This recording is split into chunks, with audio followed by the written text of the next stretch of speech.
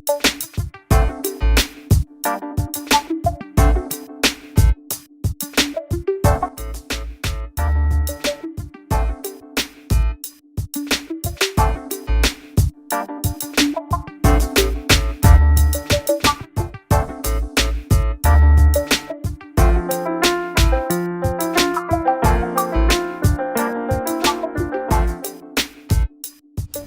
I'm Joe. I'm Levi.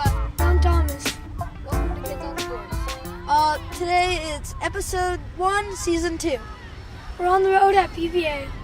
Today we're going to be interviewing BBA coach of the varsity football team and a few players.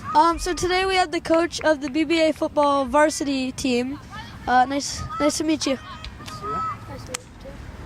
You guys are 2-0, but what are some strengths and what are some weaknesses of your team? Well, some of the strengths this year for us is we have a lot of good athletes, and what we're trying to do as an offense is we're trying to get those athletes the ball as quickly as possible and let them go out there and do their thing. And we also have an experienced line. We had 4 or 5 starters returning from last year's team. And some of the weaknesses, we had a lot of pieces to put back together on defense. We graduated a lot of kids on that side of the ball.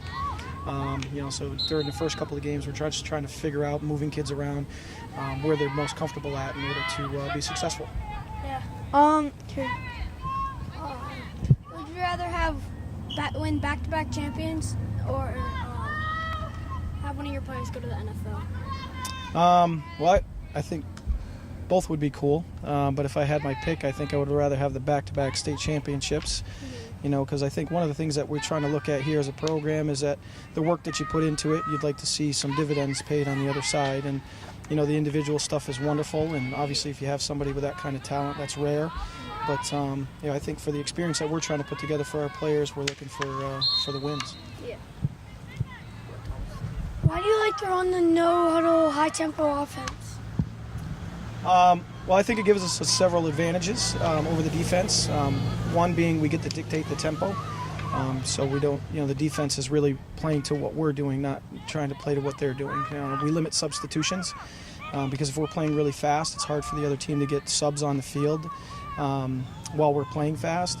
The other thing is we think that our kids are in better condition than the other teams generally, and we can wear them out by getting more snaps during the course of the game. And we feel in the third and fourth quarter that gives us a real advantage. And the other one is running the no huddle, we can change the play at any time. So if we're seeing something that we called and I look out on the defense and I'm seeing that may not be the best play to call towards this defense, we can check and then we can change it quickly before the play clock winds out. So those are a few.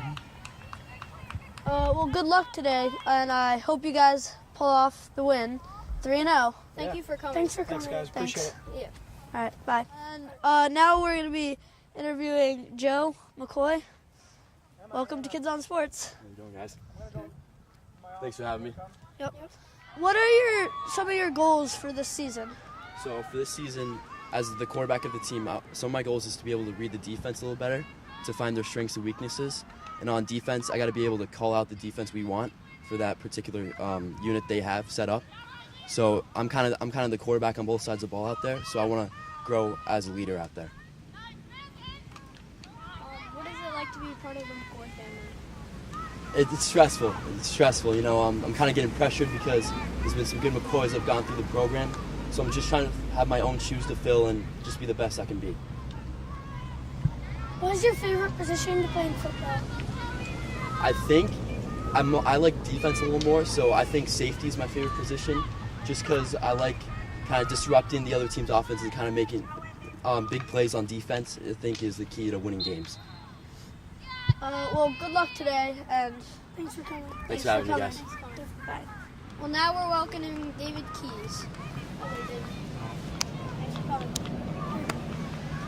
What are some of your long-term goals? My long-term goals are to play college in the college level because I love football and yeah. So how does it feel to make varsity as a 9th grader?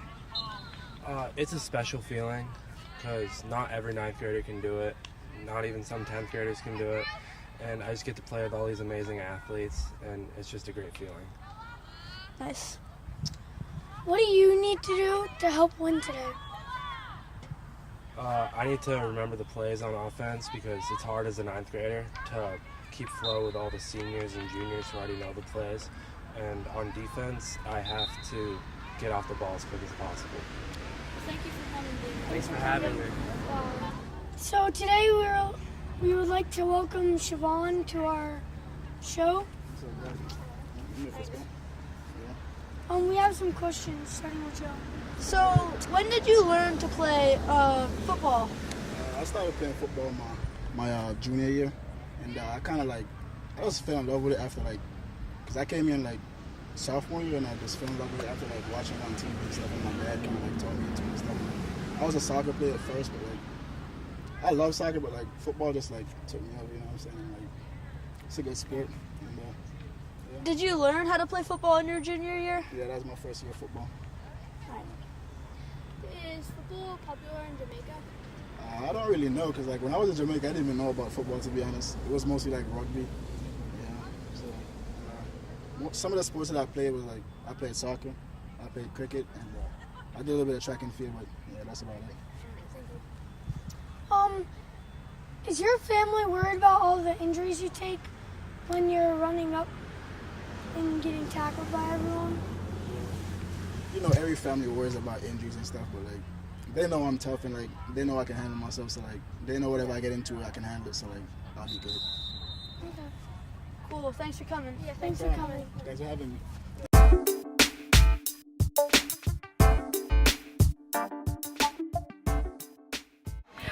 I have a game day ritual I've done it for the past 3 years with Connor and Ethan Simons, and this year I continue to do it with Ethan Simons. I send them a text that's a quote from Remember the Titans, and then they send a quote back to me from Remember the Titans. Okay, in the morning of the game, we always feed the football team breakfast. That's something I do every year. And then I always have to have my pin that I have and my bell. And I always have to sit in this spot on the hill. So game day rituals, I always have to sit as close to the 50-yard line as I can. And I always have a bell, a cowbell that's green and yellow that I ring. And if the game is close, then I have to be down on the sideline and I walk with the team. If it's not close, I can sit in my chair. So on game day, I have to wear my leggings. And for watching my favorite football team, I gotta wear special socks. I got a pair of Steelers socks that I wear every game. Hey guys, did you see the Pittsburgh Steelers versus Cleveland Browns game? I couldn't believe it.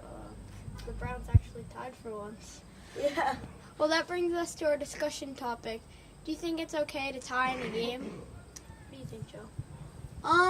I think no, because I feel like ties in the standings are just I'd rather just see a team win or lose.